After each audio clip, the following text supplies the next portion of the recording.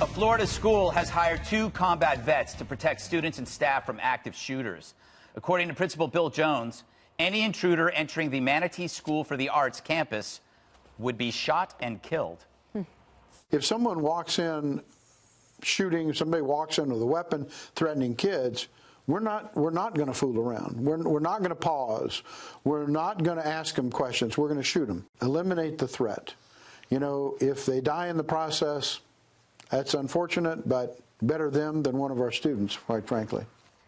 We're not going to talk with them. We're not going to negotiate. We are going to put them down as quickly as possible.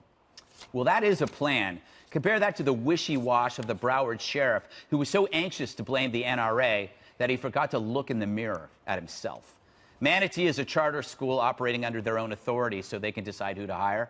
They went with armed combat vets. One guard is a 15-year Army vet who served 3 tours. So the school's protected by the best defenders on earth, and those vets have jobs that contribute to the safety of society. After Parkland, all Florida schools were mandated to have armed security. It's a year to the day since that massacre. Here's a fact: the duration of a mass shooting is shortened by the arrival of a second gun. Manatee shrunk that duration to 0. The school has 2,100 students. I'm sure some parents there are spooked by having armed guards with rifles, but others might be resting easier. And it's often hard to ponder solutions with the media placing the issue within a prison of 2 ideas. If you aren't for gun control, you want kids to die. This, as their wall-to-wall coverage, creates a spectacle for copycats who want to leave a mark on the world. It is sobering that in this peaceful age, we need soldiers at schools. But if it works, then I say give it a try. So, Dana, shooters overwhelmingly focus on locations where there are no perceived protections. I think the theater shooter actually drove by his intended target. In Aurora, Colorado. Yeah, because there was a cop car there. So he's got it right. I think so. And it was kind of hard to believe that it has been a year since Parkland. The students there have had a tremendous impact on getting their messages out. And Congress is going to Congress has moved slowly. And I think that these school districts cannot wait for Washington to try to help solve their problems. So you have to figure out a way to figure it out for their district, because the grief for these parents has come in waves.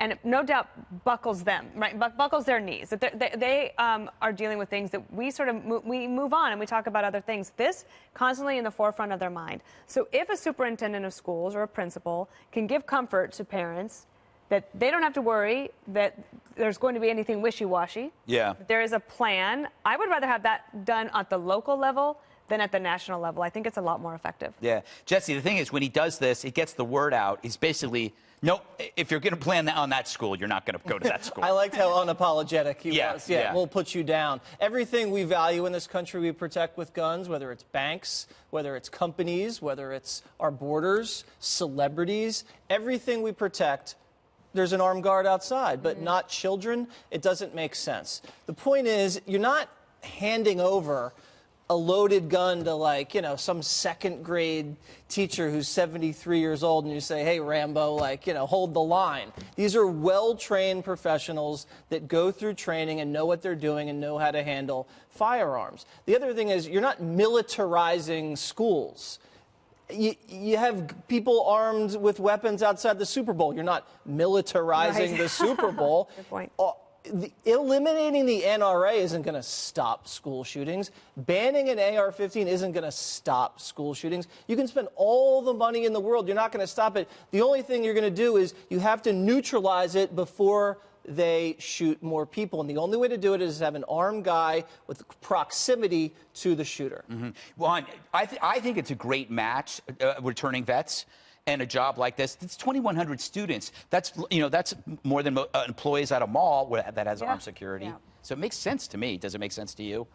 I just worry about the idea that you're putting guns next to kids. And I think who gets picked on is kids and kids that act up.